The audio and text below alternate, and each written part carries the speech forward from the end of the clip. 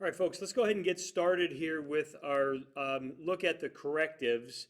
But before we get to the correctives, before we start working through some of these actual problems, we need to have a little bit of a conversation about ratios. See, because all we're doing right now is dealing with ratios. So let's start off with an example. The example I want to begin with is a very simple compound that looks like this. It's made up of a carbon with a sulfur, and then it's got two CH3 attachments to it. So we've got carbon, sulfur, and then two of the CH3 attachments. So this is one molecule. Now, if I had a second molecule, now I, of course, increase the number of atoms. And from this molecule, we can begin to put together some ratios. Some of the ratios that we can start to have might look like this. 3 carbon atoms for one molecule. 6 hydrogen atoms, we've got 3 down here and 3 up there, for one molecule.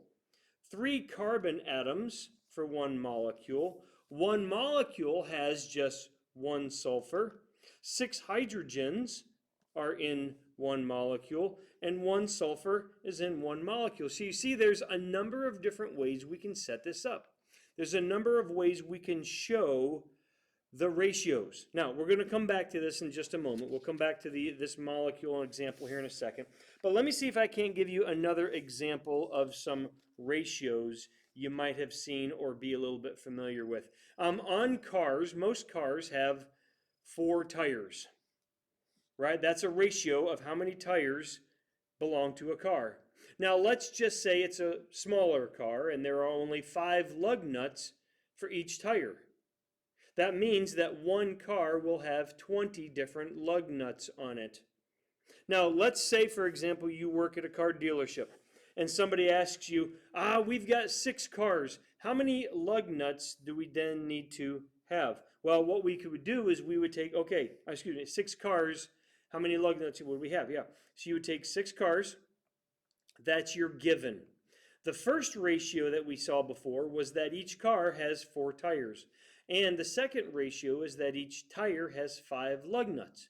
So we could do the math.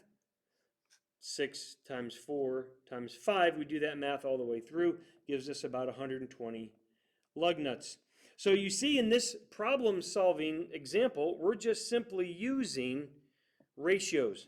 Now, let me go back to this example here. What if we had not just one molecule, but rather we had 2 molecules? Let me turn this over here. We had a couple of molecules. Maybe we had 3 or 4 or 5 or 6 or 7 or 20 or 50 or 1,000. What if we had a whole mole of this molecule? So 1 mole of the molecule, remember, mole is just a number. Okay, all it is a number. Oh, let me zoom that in the wrong way. So what if we had 1 mole of the molecule?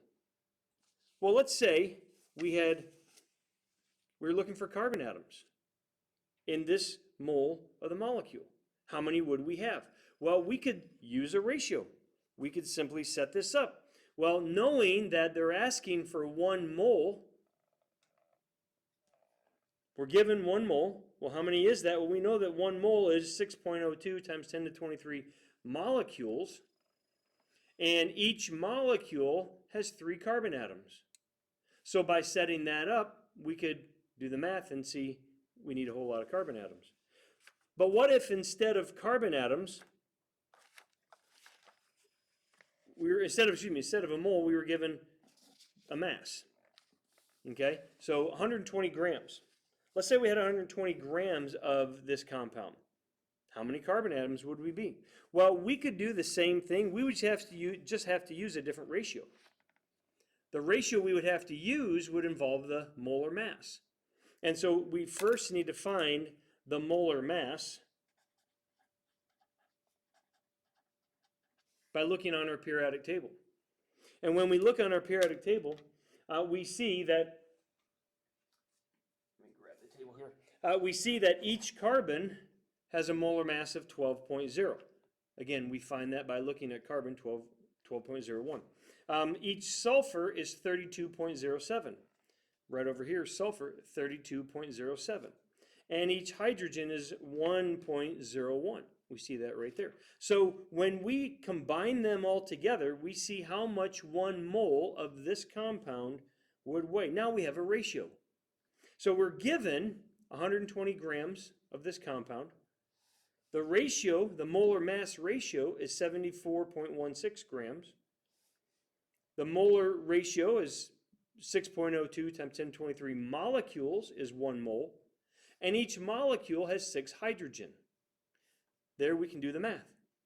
And folks, again, it all comes down to ratios. This whole idea is simply ratios. Now, one way that we use ratios is with our mole highway.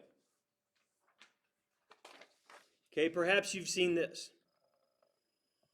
Okay, the mole superhighway, mole map, goes by a number of different names, gives us the strategy, if